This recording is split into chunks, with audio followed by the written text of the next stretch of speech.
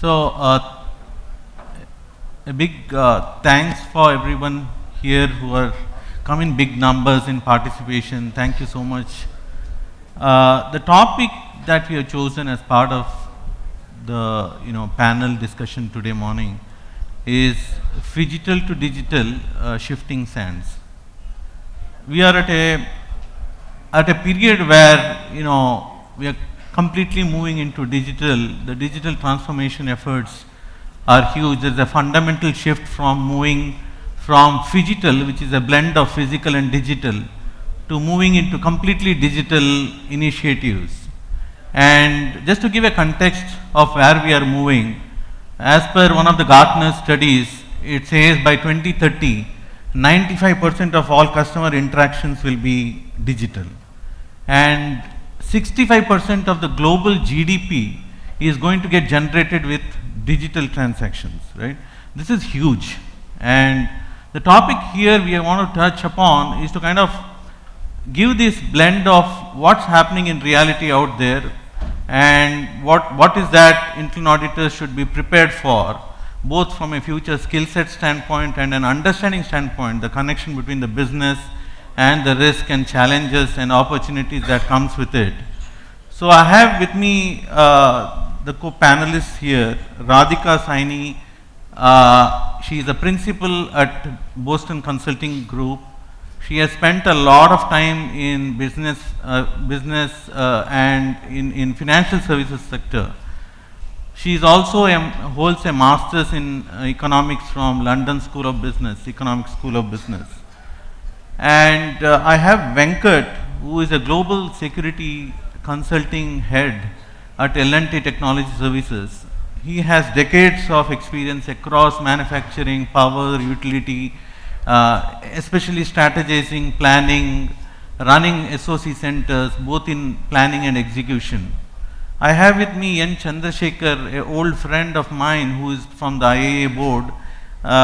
He is a senior director at Flextronics and from a manufacturing background. So we have a very good blend of someone who is coming from cyber, someone coming from internal audit, someone in the consulting side, and it's a privilege to have you all here. So thank you so much for accepting and thanks. There's been some last minute changes, Chandra accepting the panelist position, and thanks for it. So so I would like to kind of take this topic and first set the context on where are we heading towards. I mean, from in the pre-COVID to post-COVID, in the last 5 to 6 years, there has been huge and significant changes that we see in the digital side, and businesses are transforming like nobody's business. I mean, if Indian Bank can talk about ChatGPT, AI, and you can imagine what about the rest of the private organizations and private setups, and everybody is moving in a direction. No, there is a fear of missing out, and everybody wants to jump in, and then there are a lot of risk associated with each of these digital initiatives. Are we really comprehending the risk? Are we really understand the challenges? All this is what we want to discuss today. But to kind of get this context set, I would like to talk right from the top, like what are businesses doing? And probably no other person can probably talk more. I mean, the banking and financial services sectors are in the forefront of everything from a digitization and digital transformation initiatives. They are the leaders, and then the rest of the industries and sectors follow. So no other better person to talk about what businesses are doing, what are the challenges, what are the risks, than Radhika Saini. Over to you, ma'am. Okay. All right. Thank you so much, Giridhar, and thank you everyone for having me here. So let me just kind of first start by talking about, like you said, what our business is doing, right? And when we talk about digital, I think sometimes it becomes a little bit loosely used, right? Because there is a digital, which is a digital first business component, and then there's digitization, which is I think where a lot of the traditional players, like you said, are heading towards, right? And let me just talk about a little bit about each of these, right? So when I look at digital first, right? So I'm looking at basically players which are, and because like Giridhar mentioned, I'm from the financial services space, so a lot of my examples and concepts will be from there. But if I look at basically players that are doing, let's say, unsecured lending, if I pick up like a credit B, right? They have completely taken that business digitally, which means that I'm not needing to meet the customers, I'm not needing to underwrite them physically, which is what traditionally used to happen, and I'm doing an entirely digital end-to-end value chain kind of business. So you have fintechs that are kind of leading the charge on that. But even there, I think somewhere we have barely scratched the surface, because you're only being able to do it for select customers, select ticket sizes, select kind of avenues within the industry. Then there is your traditional players, right, which is moving into an entirely digitization kind of scope. And the more and more, the ones who are winning now are the ones who are able to quickly integrate with partners, right? So are you API ready? Do you have modular infrastructure that can kind of just be scaled up as quickly as possible? Do your value chains basically talk to each other? Because customers no longer want to wait for 10, 15 days to get their loans approved. Nobody wants to wait for the bank statements to come home. Nobody wants to go to the branch and give a paper KYC anymore. I'm happy to do it paperless. I'm happy to do a live video selfie, etc. Right? So those are the things that even the customers are now rewarding, which means that every business has to move towards digitizing all operations, all value chains, etc. And that's how the traditional players are kind of taking this head on, right? Now, as you mentioned, this comes with some level of challenges and some level of opportunities, right? So the challenges, of course, become, I think traditionally, if you look at how banks, etc., were structured, they didn't have core tech capabilities, analytics capabilities. Some of these were always either outsourced, or there would be, very small teams, 3 to 4 people teams. The ones who, for example, like HDFC, etc., who've really been able to scale up on those teams, they're the ones who are successfully able to kind of navigate this and treat that as an opportunity, right? So that's one kind of challenge, which is, do you have the right talent, do you have the right skills to be able to get your digital and digitization up? Another very interesting one that kind of is again an opportunity as well as a challenge is the regulatory part of it all, right? And I think as we come to risk, it'll we'll go a little deeper into that as well. But on the regulatory landscape, for example, again on the financial services side, the RBI and government are all really cracking down, right? So where is that an opportunity? It's because it's better for the industry as a whole. I can now lend more and more to, even more and look towards financial inclusion because I'm safeguarded, because there are more and more guardrails, right? So somewhere the regulation is helping the industry.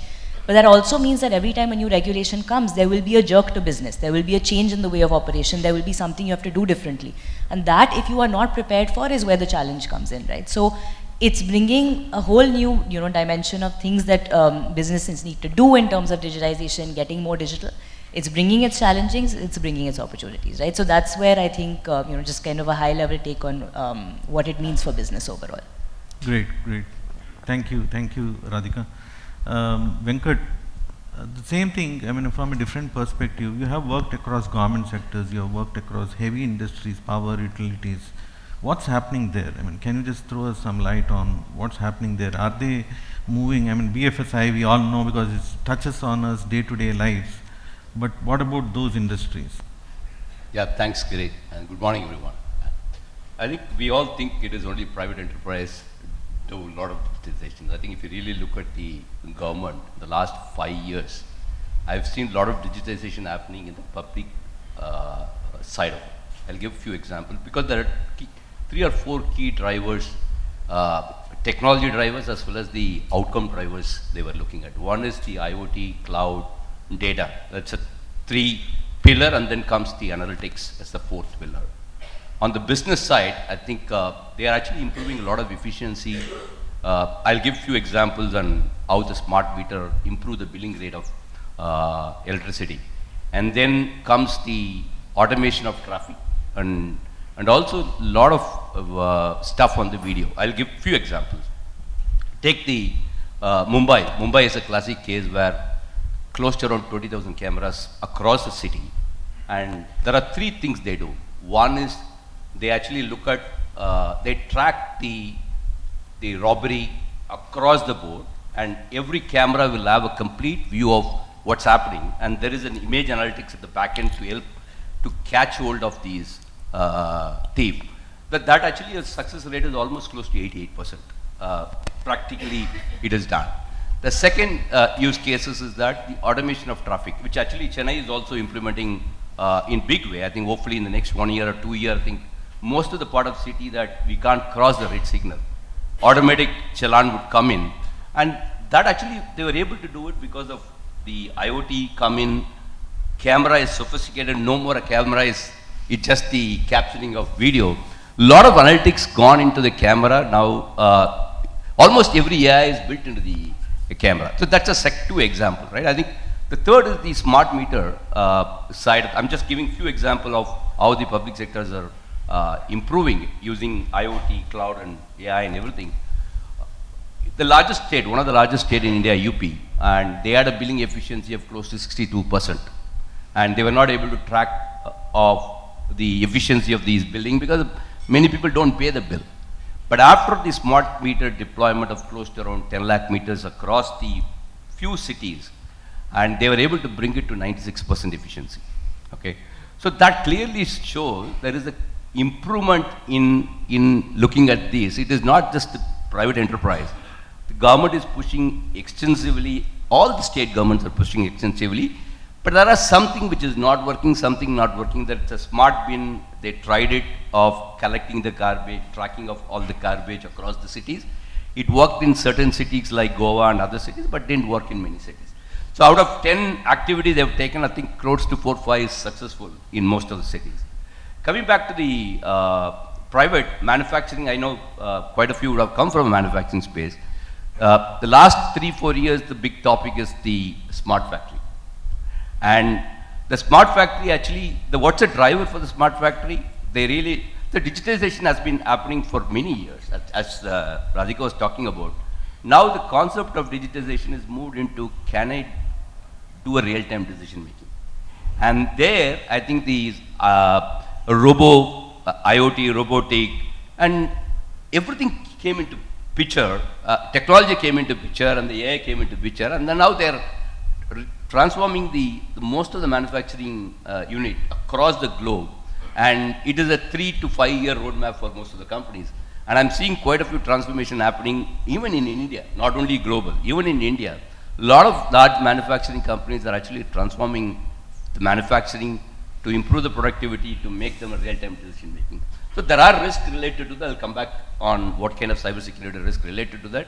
But it is not just the private enterprise I'm talking about, even the public sectors like government is doing a lot of work on the digitization space. Great, thank you for the insights. Chandra, you come from the manufacturing sector. I think there is a lot happening in the manufacturing side, and less people, more bots is what we hear. So is this true? I mean, what's happening there in the entire supply chain and warehouse management, manufacturing, production management? I think it's all about now managing. There's no physical anymore. It's all digital, computer, MES systems, and kind of things like that. So can you throw some light on what's happening there? Sure, Giri, and thanks, and good morning all. Yeah, so I come from the manufacturing industry, and Venkat did touch upon the smart factory. So what we are doing is that we have operations in 30 countries, and we have around 100 factories spanning across these 30 countries. So similar to the smart factory, we have introduced which is called Flex Future Factory. And what it does is that we start from the sales, inventory, and operational planning straight from the stage when the customer is providing the demand, and the entire chain of activities is tracked. With all this COVID and other things happening, all the inventory levels, the challenges with respect to the inventory. So there was a lot of automation that was required. There was a lot of synchronization that was required with respect to the processes. And so we started with the SIOP, with the sales, inventory, and operation planning. And then we get into the shop floor, where a lot of digitization happening, a lot of automation happening, and the various processes are connected, interconnected, and the whole, if you look at what is the reason that all companies are doing this, we want real-time insights. What decisions can be taken quickly. And so at the shop floor activities, if certain activities were being done manually, and if there were even inconsistencies between the different locations of our organization, we are trying to standardize the whole process. And how we are standardizing it, it's a combination of process and technology. And so we are using technology to all the shop floor activities. And then we get into the other service functions. We always talk about finance, as I think most of us are internal auditors. We talk about finance, procurement, sales and stuff. Yeah, those are interesting things. But again, the core manufacturing activities are also going through a lot of automation, digitization, and we have been able to get a lot of benefits out of it. A lot of learnings, a lot of risks that come as part of the process, but exciting times. Right, great. So I would like to now point out a few things about specific risk, and probably we can talk about some of these fraud risk, cyber risk, and some operational risk, and very specific risk around how this transformation leads to kind of some of those. It opens up a new set of risk which we probably didn't anticipate 5 years back.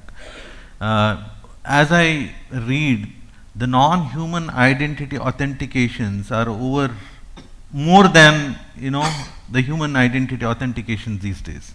The API authentications and all those authentications that's happening across, it's in billions of transactions. So there's a new set of authentications that we need to look at. There's a new set of identity theft. Probably I'll put this question to Radhika as to kind of when we are dealing in the BFSI sector. I think the digital identity theft is one of the very significant threat that we are looking at, and probably there are more risks that we need to anticipate as internal auditors. Can you open our minds to say, because of this digitization and digital transformation, could you please walk us through some of the things that you have seen on ground, that what we need to be aware about, that hey, here is this risk, which I think is top 1, 2, 3 risks that you need to be looking for, because this opens up a all new category of area to look at because of this transformation. There's no more forms. There's somebody sitting in some system authenticating himself and filling out a form and getting everything done. The KYC is online, the videos are online. They are bringing in new systems to make sure that's the same person doing the KYC video call. But can this AI revolution can beat all those?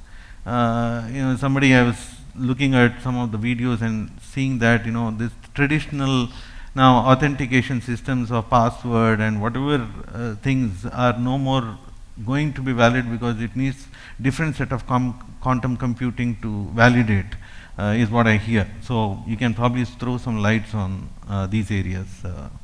No, sure. I think absolutely. I think almost everyone I know has either been or has had a family member who has been scammed in some way. Even with those phone calls, etc., that come and say, we're taking you to police and this and that. So I think the way I kind of look at this is, even when everything was all physical, right? When I had to go sign for a check, or when I had to go sign a form, etc., it was even then possible to do identity theft. I could have taken, laminated pieces of someone else's PAN card, stuck my photo on it, and done this physically. I can do it digitally. The difference somewhere becomes scale, right? And I'm sure anyone who's in cyber can probably answer some of these questions better. But now what is happening is I can do the same thing at scale. So for example, there are certain types of fraud that are happening on identity theft, like you said, where for example I can use one person's name. Let's say Radhika Saini, there would be 100 Radhika Sainis in India, right? And there are names which are significantly more common than that as well. I can use any one of those PAN cards, and if the financier, for example, is not guardrailed, saying that I will also do a photo match, I will also do a POV match, then immediately against 100 different PAN cards, using that one PAN card, I can take 100 different loans, which of course is not otherwise going to go through. So I can do this at scale, but if from another point of view, right? I am now much more safeguarded if I choose to be, because now I can put in these digital checks saying that I will check against DOB, I will check against etc., which in the physical world I could not. In the physical world I was relying on one person's intelligence to look at that form, to sign in it and say ki haan photo match ho raha hai. That's no longer the case, right? So there is, again, I think it's a matter of how strong and solid your systems are on some of these cases, for example, like an identity theft, right?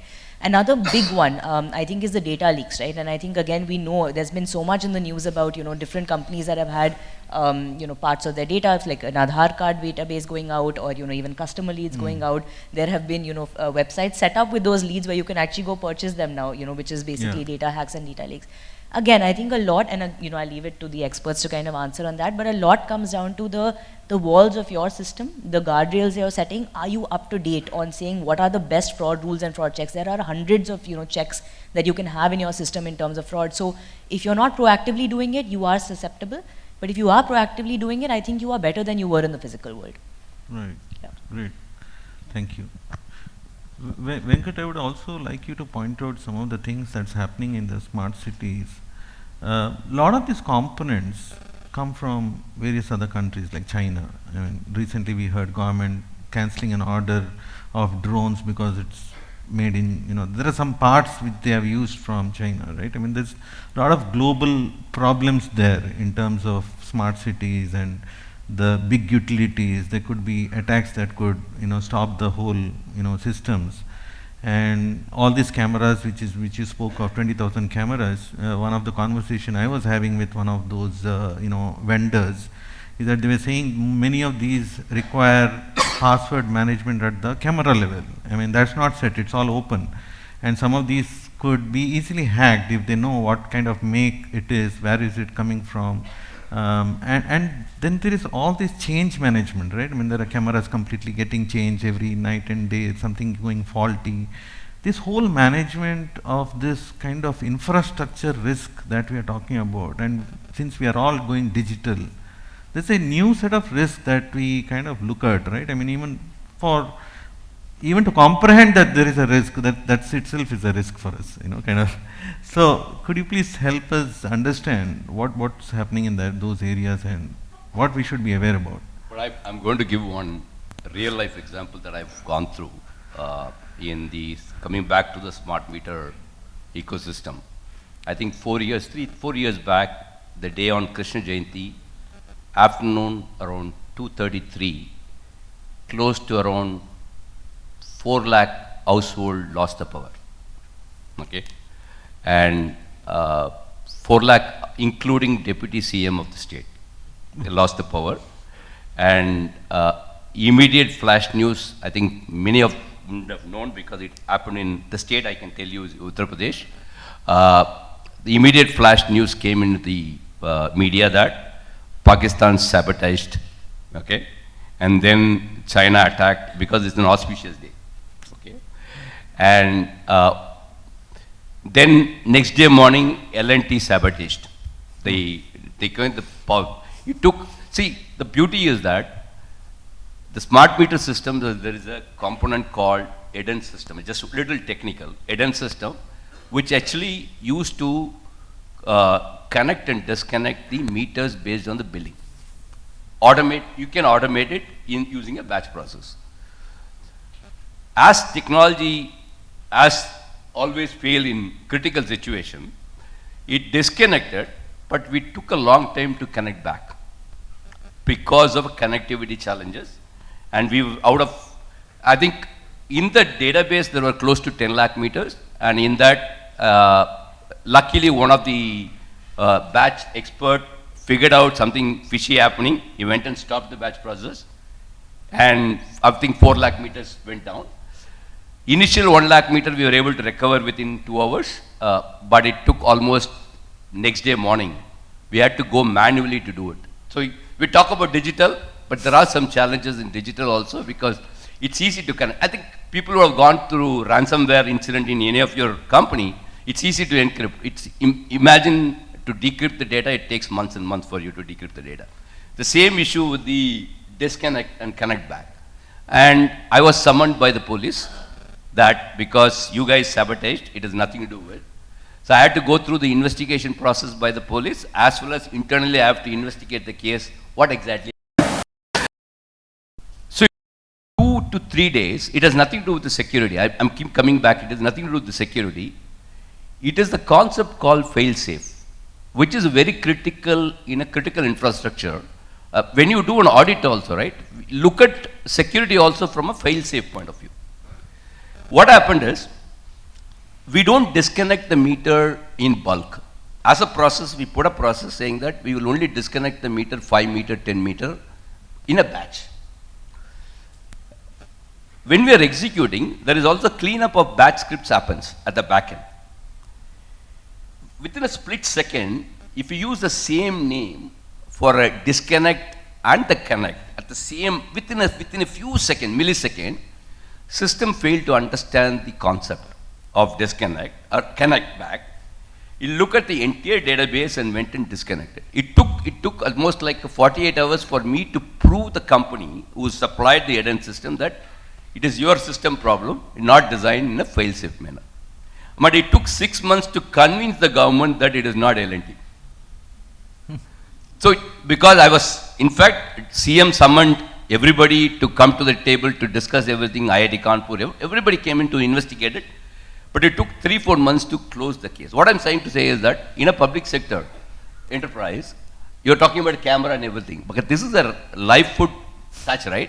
What if 20 lakh to 50 lakh meter disconnect at the same time? The smart grid would have been disconnected, tripped. That's a big risk that we go through in the digitization space. Coming back to the EKYC, I also run a support Mumbai police for all the digital forensic thing. We set up the lab for them, looking at all the cases. Digital fraud cases is one of the cases. The number of cases is huge, and it has been sophisticated.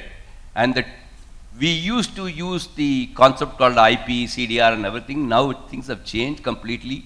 Deepfake has become a big tool to detect these fakes in the community. And then crypto is the second area that happening, because if you don't act within 15 minutes, you're done. It gets siphoned somewhere in Burma or Thailand. So that is at the public side, right? On the enterprise side, what has happened is that after COVID, the manufacturing plant may be across the globe. They may not be able to go to each plant to maintain it or manage it. So they've used a lot of IoT, remote access and everything. And that actually leads into a lot of risk from a security point of view. If you don't design right from the start, and if you bolt on the security after going through all this transformation program, many companies have gone through the challenges.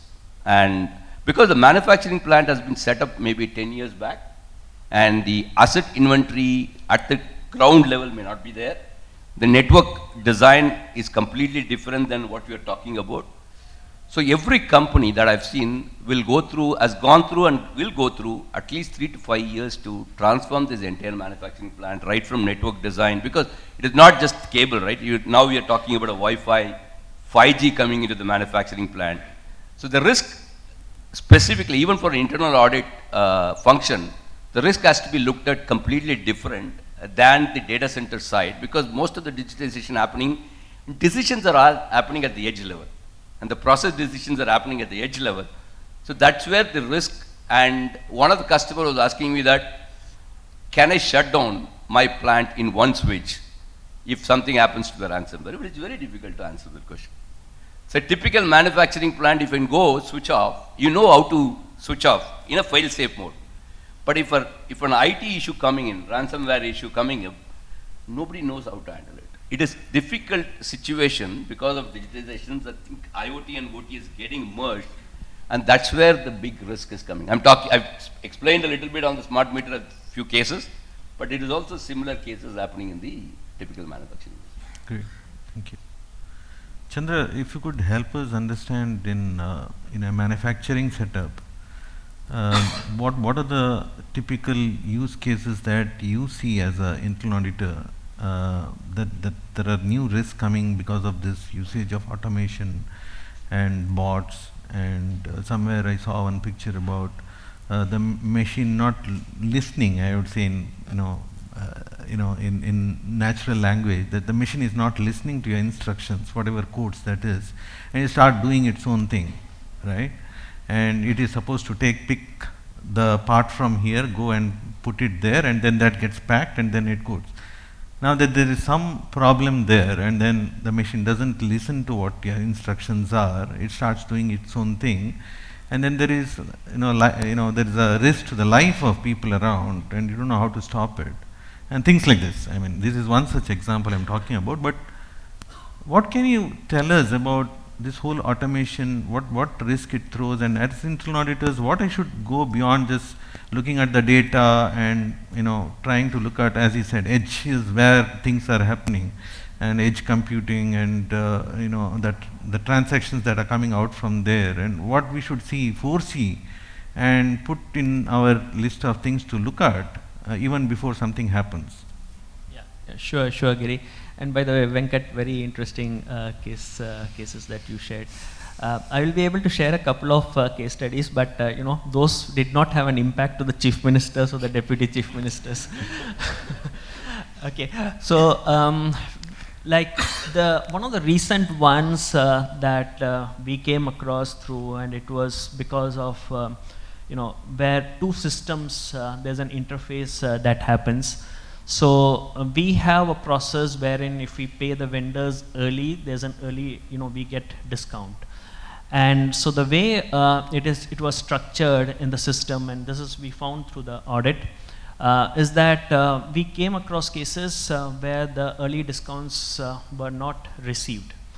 And why they were not received, when we started digging into, we bumped into one particular case, and then we started digging into, okay, what is the reason those discounts were not received.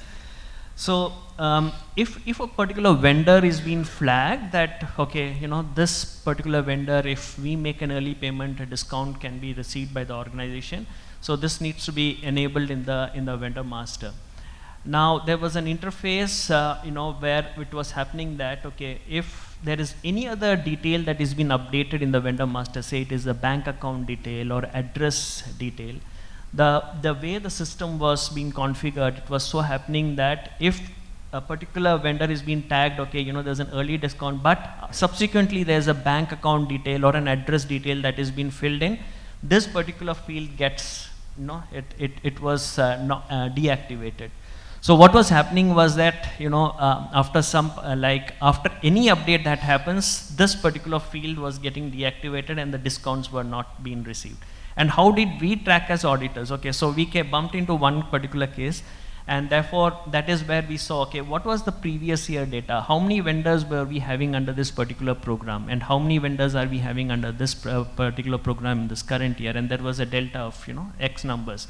So these are like interesting things that can happen, like, okay, all this automation, the system interfaces can happen, all these are enablers for digitization. We can use data, we can also see, okay, how many vendors are there. But again, as an auditor, we might be, also need to go back and see, okay, what is the delta and why was this happening, and what is the root cause for this. So in this particular case, it was a configuration related stuff, and then that got rectified. There are other interesting cases that we also bumped in. All of us, are very familiar with the three-way match that happens, a very favorite subject for the auditors. So again in this case, there were 3 levels of approvals that were required. It was a normal SOX related testing. We used data, all those 3 approvals are happening or not, and everything was fine. But this particular auditor, was much more inquisitive. He wanted the names of the people who are approving it. One is the designations, okay, whether 3 levels, but he wanted the names of people who are approving it. So when we went into the names, then we saw that, okay, there's a material person who is approving it. So why is, a material person, a SPOC, that is a single point of contact, approving it? So when the details were analyzed, again it was a configuration related stuff. What was happening was that this particular, if it was supposed to go to a controller and the controller was not there for a week or so, it used to get automatically routed to this material SPOC, and therefore he used to get approved, and he was not supposed to approve. He was only supposed to either forward it or take certain decisions, but he was not supposed to approve it. So again, coming back to this topic, and also what are the risks surrounding it. There are a lot of things, system or the details that we can get, or the insights that we can get out of all this automation or digitization or the interfaces between the systems. That is wonderful. We can use it. But again, we need to get into the core if there is other problems that are there. So there are a lot of algorithm-related biasness that can happen. We do not know what is the basis that the code has been developed. So those kind of newer risks that come into play, and therefore, I think the next session is also on skill set. The skill set becomes very important. Thank you.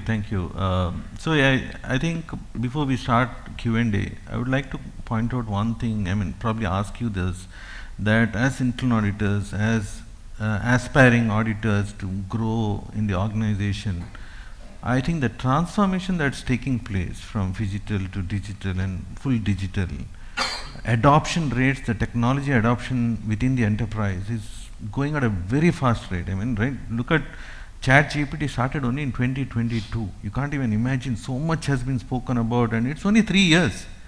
I mean, but the adoption has been so much, the talk has been so much, everybody wants to, there's a fear of missing out, everybody wants to jump in, adopt, start working on it, and this whole thing of what is coming inside the organization, we don't know. They're talking about LLMs, we talk about small models, and there is something sitting on the cloud, something sitting on the on-prem, there is private cloud, then there is public cloud, then there is SaaS operation. Now they are talking about agentic workflows. How does the agent get all this intelligence to do these workflows on its own? Where does it pick up all the information? You look at the videos of Satya Nadella and Sundar Pichai, they only talk about agentic, and even in one video I saw Satya Nadella talking about there's not going to be any more applications. Applications are just forms and data. Right now we are going to transition into agentic. You ask it and it will answer. It will go and search information from unstructured and structured data and it will answer it. Now there are, who is asking it? Whom should this answer be given to? All these kind of questions are going to come up. Now, for us as internal auditors, what are the skill sets that we need to be putting our efforts into? Because this is a whole lot of new things that we are looking at, right? And the traditional way of auditing is pick up the data from SAP, pick up the data from this system, that system, do correlation, do analysis, throw out the exceptions, outliers, and all that has been our fundamental way we were working. Now this probably throws out a lot more other things in front of us. I mean, what we should be prepared for, what future skill set that we should be looking at. Could you please help us understand this? Radhika, you can go first. Okay, thank you. So firstly, I think it took a long time for ChatGPT and this to come in on a digital panel. I figured it would, kind of circle, but we went almost half an hour without it, which is impressive, I think. So look, I think completely, in line with what you're saying, what it will take now to audit, a new set of, the way business is done now, right? So there's a lot more, let's say, real-time decision making. There's a lot more, let's say, AI-based models. So again, I'll take an example here, right? So for example, credit underwriting, right? That's something that, typically used to be done by an underwriter. He would look at all the different documents, put that together, put a score, etc. There's now so much that can be done in that, realm, let's say, with alternate data. I can look at your UPI transactions, I can look at your bank statements, everything in a second, really, right? If I can kind of do pings to various different databases, get all of your information together. Account aggregators are now there. Government is kind of building an infra stack on it, right? So the entire ONDC stack, etc. All of that now, information is all available, right? So there are, in my mind, there are 2 or 3 things that I can think of, and this is, not coming from an audit background at all, right? So this is, I don't know how, some of this I believe will play into traditional audit as well, right? But one will become actually understanding a lot more of the digital workflows, right? Understanding what an AI model looks like versus a real model. The fundamental answer will still be the same. Is it biased in any way when I'm underwriting? Is it, you'll still be looking at correlations, you'll still be looking at exceptions. But the idea will be to do it on very different looking models and workflows from what it was before, right? So, so that entire piece around exceptional handling will still have to be there. The second, and I think equally important part, will become being very, very up to date with the compliance that is there around all of this, right? This entire thing in terms of AI is such an evolving model, right? Nobody, even governments are kind of struggling to keep up. Regulators, your federal banks, etc., are all kind of struggling to keep up with what, the changes that the industry is constantly throwing at them, which means that almost any week that you pick up the newspaper, if you look at a new set of compliance, the compliance has changed around some of this. Now to continuously know what the update is and then to kind of check for it will require a very different kind of skill set. So you'll be asking AI the question on what has changed just to check whether the AI is actually compliant with it, kind of thing, right? So that's the pace at which we are kind of trying to keep up. So for example, the DPDP Act that has come in. There is so much to be done in each of these avenues in terms of, to summarize there, I think There is the entire model, workflows, that kind of thing, which will require a very deep understanding first of what a good AI model looks like, what biases look like, what correlations look like when it's made by an agentic AI, for example, right? And then there's the other side of knowing what the compliances are and marrying the two. So I think we need it's a different world. The fundamentals stay the same, but the models are very, very different. So I think that's, that's my 2 cents on that. Venkat, please, if you could comment on what skill sets that you think we should start looking at, or if we are late already. I think she covered a lot. So I think I know everybody talks about ChatGPT, and ChatGPT is a system or a human being? See, I think the way I use ChatGPT is like talking to people. Then the output of ChatGPT is different than treating as a system. The way I feel going forward is, whether it's agentic AI, I think we will be treating as another person sitting to you. And another person sitting to you to take a decision. I think there the challenges, the current models, whatever we're talking about, is all, I think I like the word, I think Nassim Taleb mentioned that if you throw in a lot of data and it fooled you whatever inductive outcome as a deductive outcome. Keep that in mind.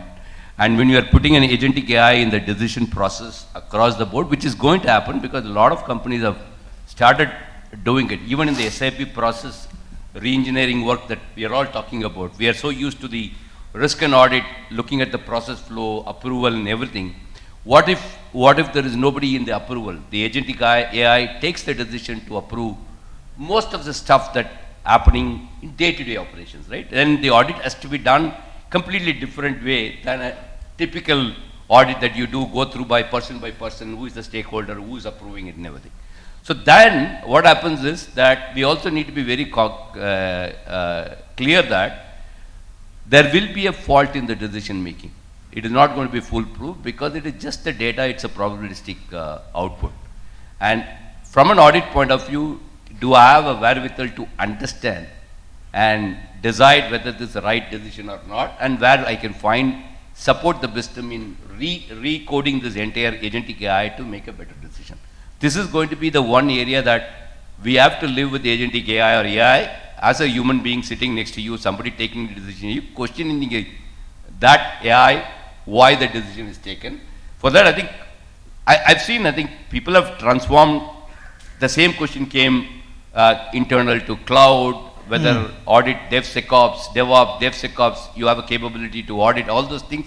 Now I'm sure everybody will transform to understand that. It is not going to be a difficult thing. It's just mindset has to change that we have to think like another human being taking decision. It is not going to be, and then the way the process is going to work is going to be different over a period of time. Most of the companies like Salesforce or is going to leverage this agentic AI to smoothen the decision making process for us. So for an audit and risk management point of view, that's one area to look at it, right? Second is when you're looking at the important topic, right? Phygital, physical and digital, convergence is happening for many years, and I'm sure there is no end to it. It's going to continue to do that. As I keep saying, right, from a risk point of view, do I understand this convergence story very well? What decisions are taken and what are the process followed and where exactly automation done? It is not going to be a typical IT system going forward, because IT systems processes are getting moved to, see, used to be a process centralized done. Now I see transformation moving close to the process where the manufacturing and decisions are happening. So auditors have to figure out, a risk management have to figure out whether do we have the skills to understand entire ecosystem, right, from PLCs, SCADAs and everything. I don't think we would have done that kind of an audit and risk management before. We have to understand that because that's where the decisions are taken. And both the risk and the cyber point of view, that's where the decisions are taken. So I think we will evolve over a period of time in understanding, treating AI as a human being, another human being, and looking at the IT and OT convergence story, which is happening. I think it's happening across the board. It's going to happen in big way in many places. And then the last one is the skills. the basic skills going to be there, risk and thinking of risk and thinking. What is going to happen is that it's going to be a big picture thinking. And what kind of risk as a business goes through because of these transformation is going to be slightly different than a specific function related audit. So the function related audit, risk and audit will be, go to the function, HR or finance or any functions, you go and look at it. But I'm sure many companies are looking at more of integrated enterprise risk management. That's where the entire stuff is going to be happening. The business risk has to be looked at holistically and looking at these aspects. I'm sure we will evolve. I don't think. Great. Thank you. Sure. I think the fundamentals of audit are not going to change. Understanding business, understanding processes, everything is going to stay. Now, what is the delta that we as auditors need to enhance? Some of the skills that are there. So, there are coming on to the skills. There are a lot of online courses that are there that are available. So my suggestion will be just depending upon your interest, start looking into those courses. Now, some of them will be little technical, but start with some course. If it is of interest to you, get into more details of it. So that is one way to enhance your skill. Invest on yourself becomes the key mantra here. The second thing is that, let's not get really worried, okay, so a model has been developed and, either let's not assume that everything is going to be right, or, or let's not get worried, oh, model has been developed, what will I do as an auditor? No. I think, like Venkat mentioned, it is just like a business process. Just try to understand what is the logic on which the model has been built, and then once you understand it and also see it with some transactions, you will be able to understand, okay, whether the model is functioning correctly or not. And this is a great area to partner with the management after that. Like once you are able to see that, okay, this is either the way this model should have functioned or this logic has not been applied. Great area for partnering and also becoming we use always the trusted business advisor, a great area for the auditors to move to the next value chain. So just enhance your skills, be up to date with respect to the various topics, and if there is an opportunity to either work with the IT teams or do some sort of a job rotation with the teams, I think that will also be a great area to enhance your skills. Thank you, Chandra. So we'll just open up for Q&A. Happy to kind of take questions. You can point. Can you give the mic there, please?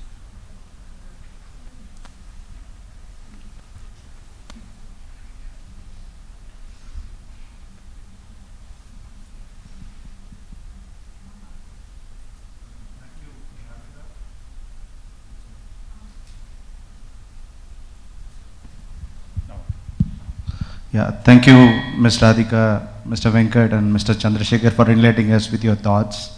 My question is to Mr. Venkat. We used to hear a term called as digital arrest. So I would like you to share some views, like how do you investigate on the digital arrest? So how far we are able to, for example, like the scammers or hackers were so clever that they are able to target. So whom to do on the digital arrest? Like how far we are successful to catch those people? Wow. So when I land Mumbai, I think 4 months back, I also got a call that your FedEx parcel is in custom, and then you will be arrested. I think this is normal. I think everybody would have got the call. How many of you got the call? I'm sure everybody. Oh, I'm sure everybody. I think success rate is very high here. Second is also I think I was surprised, frankly, siphoning of 20 crore, 25 crores, I never had in my banking account, right? I think I've seen people are taking 25 crores and 50 crores. It's a pure social engineering. So I've seen the video, how they operate. Okay, I don't know whether anybody has seen the video? Yeah. Okay. I think if you've seen the video, you know how they operate. They come in a police suit and say, okay, you are an address, and then they will have RBI officials coming in, SEBI officials coming in, everybody come in their own way. There are 3-4 guys. All these are done. Where do you think it is done? It's in Cambodia, Burma border. And people who have moved from here, I think they think that they get a job in Thailand and somewhere, they get arrested and then seize the passport and they get trained in doing all these things. And also some community in the Chhattisgarh areas are supporting them to siphon the money. Okay. Coming back, what is the success rate? It is not great. Okay.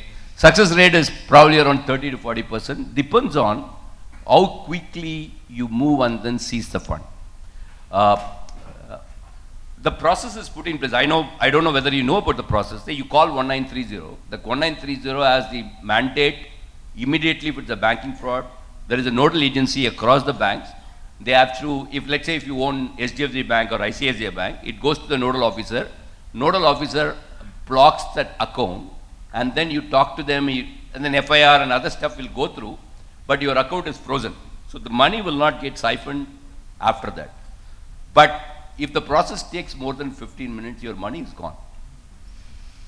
The critical part, the RBI is actually now talking about, I think there is a big conference happened along with the law enforcement agency that can we give an empowerment to the police to do it directly through a system so that the moment you call 1930, the account gets frozen. But I think there are a lot of issues and challenges in doing that. I think banks are not accepting.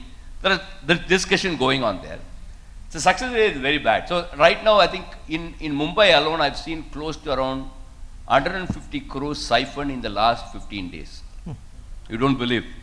And somehow they target, I don't know why, how they target people with a wealthy, at 20 crore, 15 crore. They don't target 10,000 rupees, 15,000 rupees. So I think we are all lucky that we won't be targeted. But I've seen they target and then highly educated people get siphoned money. I think I've seen some CFO of a company, okay. It is not even a digital fake. I know if you say the deep fake, what happened in Hong Kong, one of the CFO actually was one of the fake video is as if the CFO is demanding the next level to transfer the money to one of the supplier. It's close to around $5 million, $15 million got siphoned. So that is a different issue. But this is actually coming in with the clear stuff that your packages take. So to me, coming back to your answer, that success rate is very bad, only 30%. But law enforcement agencies is trying to improve it, but it requires a lot of collaboration from the bank to do that. It is not that easy. It is not that easy. But hopefully, wherever there is a physical transaction, right? Let's say if money goes to a particular bank, I think they go distributed to 15 different banks. There, I think the success rate is better. But if the money is converted into Bitcoin or something and then siphoned to Thailand and Burma, very difficult. I think tracing the crypto chain and then finding out, it is a big issue. Okay, it's not that easy. So to answer your question, it's only 30-40% success rate right now. Thank you. Any more questions? Yeah, Mr. Mayor. My name is Karthik. Thank you very much for all the insights that you all provided in the panel. I think we are moving from an era where we actually had human-human conflict. That's the first thing, right? Then we moved into human-animal conflict. What we are talking now is human-system conflict. And it's the same human beings who have designed the system, implemented and all those stuff, right? From an audit universe point of view, right? We talk about a lot of algorithms which are being used in the back end, and there are a lot of straight-through systems which basically leverage those algorithms in actually doing the approvals, transactions of order, whatever it is. You picked the example of the PL SCADA systems, which are very mission critical in petroleum industries, petroleum and petrochemical industries. If you take banking, there are a lot of transactions which are of sensitive in nature. It could be on the equity space or even for any authorization and all. Assuming that at one juncture, when this kind of transaction approval, or say for example, when Srivats Ram was here, he was talking about a production manager who can remotely take an action or control. So there could be a point, where either the system or this human being have to take a call dynamically depending upon the events that unfold. So at that juncture, there will be an interpersonal system conflict that is bound to happen. And one of these entity has to override and take the call.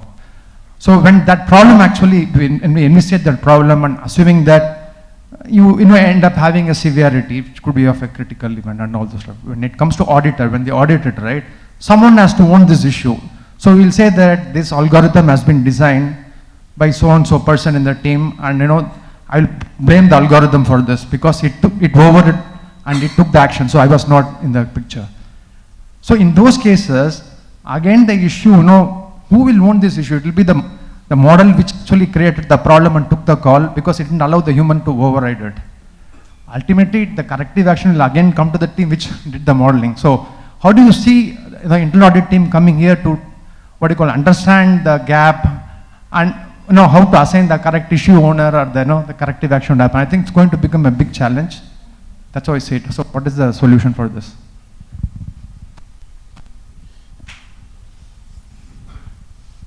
A very difficult question.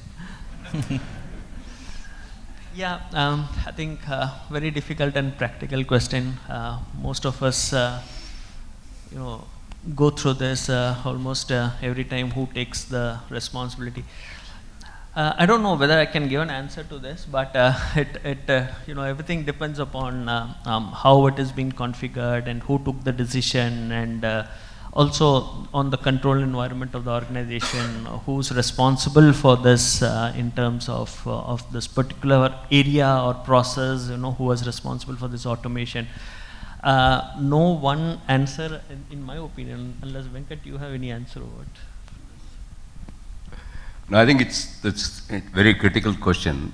To me, there is always a conflict will happen between human and system. So if a system makes a mistake, we don't like it. But if human makes a mistake, we are okay with that, right? That is how we treat, right? It's a human being mistake, right? We want the system to be perfect. So I don't think we will put all the decisions into the system. Even if the system is sophisticated, I think it's going to take its own sweet time to decide, okay? And then we will be playing with the system for some more years to keep ourselves confident that the system. Same thing with the autonomous car, right? I think it's been everybody talks about last 10, 15 years. It's not successful so far. It's successful in certain pockets. It's not successful because even if one mistake the car does, I think we don't like it. But the same human being would have gone to multiple accidents and it doesn't matter, right? We would have the same drive. So that is where I think we've developed something, but we don't depend on them permanently. Right. I think that is the way we will run for some more years. It is not going to be completely automated with the agentic AI. One. Second is the agentic AI also where you are putting a policy. The policy is defined by us. And then the tools to connect, to fetch the data also we define, correct? So we do all those stuff for you, but when it comes to decision making, we will test it multiple times. And then we also go with the low-hanging fruit where it is not a critical to the system and critical to the business. So that's how it is. Most of the low-hanging decisions are taken, even if it has failed, still okay with that. But the critical decisions, I still feel that it's going to take a long time. Because, as I keep saying that, we can do mistake, but we don't want system to do mistake. We don't like it. I think, yeah, very much in line. I think someone at the end of it is deciding who is deciding, right? So someone is deciding, is this a system-driven call or is this going to be a human-driven call? So at the end of the day, at least for the foreseeable future, for many, many years, at least as far as I can see, there will always be a human at the end of that chain who is accountable. Now certain decisions, like for example, let's say, again, I'll come back to a loan kind of an example, but if I'm, let's say, doing a personal loan of less than 1 lakh, I may say, let the system take all automating decisions, I have to manage cost. But if I'm giving you a home loan without seeing your property, without seeing you, I don't think I would leave that to a system for many years to come, right? There has to be some kind of, so there is a decision making that is happening by a person at the end of the day on system integration, and till that person exists, that person is somewhere accountable. So that's, yeah, so that's what I think it looks like all Thank you. Yeah. Great. Thank you. Thank you. I We are think you're on top of the hour. Yeah. Yeah, we're running out of time. So thanks a lot, panelists. Thanks for your wonderful discussion. It's been an eye-opener for all of us.